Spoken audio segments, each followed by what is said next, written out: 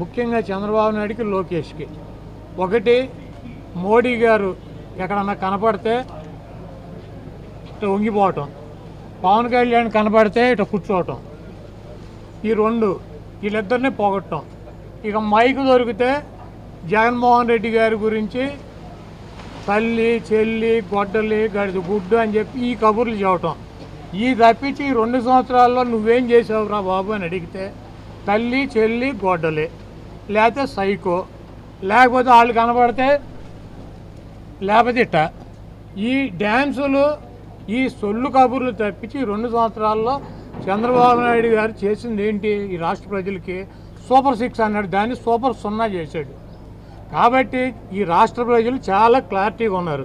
చంద్రబాబు చెబితే మోడీ గారికి వంగి నమస్కారాలు, పవన్ కళ్యాణ్కి వంగి నమస్కారాలు, జగన్మోహన్ రెడ్డి గారిని సైకో, గొడ్డలే, గడిది గుడ్డు అని ఈ సొల్లు కబుర్లు తప్పించి ఈ రాష్ట్ర ప్రజలకి నువ్వు సూపర్ 6ను 0 చేసావా చేయలేదా అది చెప్పమనండి. అవి ఏమీ చెప్పడు.